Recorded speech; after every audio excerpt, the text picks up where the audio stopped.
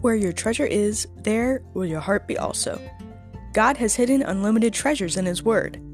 Every time we open it, we can discover a new treasure, or admire an old one. What will we find today? Let's dig in. Here's Carla Early with Treasure Hunt in the Word.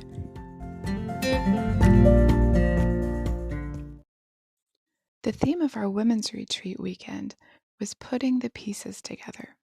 The key verse was from Jeremiah 29:11. The Jewish people had been rounded up and sent into exile in Babylon. Their pieces of their puzzle were just everywhere. Their temple had been destroyed. They were separated from their homeland, and they thought they were separated from their God as well. But through the prophet Jeremiah in Judah, God sent the exiles this message. You'll be in Babylon for 70 years. Then I promise I'll bring you back to your homeland. And then, verse 11, God says, For I know the plans I have for you, declares the Lord.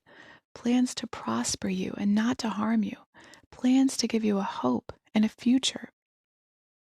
This is where our speaker, Janie Pitts, gave us a string of pearls using the Hebrew word for hope, tikva, which means waiting and expectation. It comes from a word meaning cord or to bind. If you'll read the story of Rahab saving the spies and then being saved from destruction when Jericho fell, you'll see that she put a scarlet cord at her window. That was literally and figuratively her sign of hope. 1 Peter 1:3 says Jesus is our living hope. We are to bind ourselves to Him, wait in expectation for Him.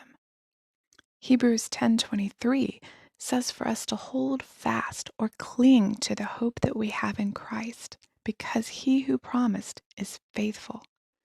Our life is bound to Him, and we can trust Him because He keeps His promises.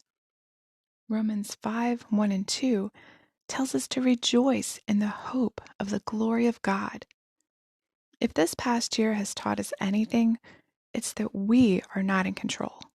God is in control, which means we're not just holding on to Him, He's holding on to us. Isn't that a beautiful picture? We're not just clinging to Him like a scared child holds on to her mother's leg.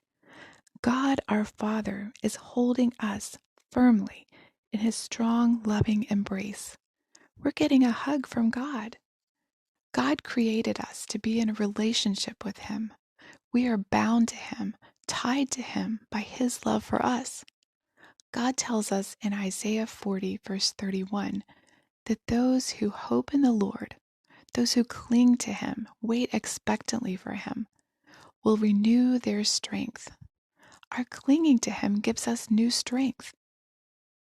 The verse continues by saying, they will soar on wings like eagles. Being bound to Him doesn't weigh us down, it makes us free. It says, they will run and not grow weary. They will walk and not be faint. Only in God's logic would it make sense that in being bound to Him, we will be free. But the more I know the Lord, the more I've found this to be true. How about you? Have you been clinging to Him and soaring on His wings? You can contact us at treasurehuntintheword@gmail.com.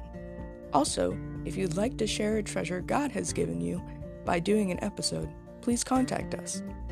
You can listen to other episodes on our website, which you'll find in the description below. Thanks for listening, and remember, where your treasure is, there will your heart be also.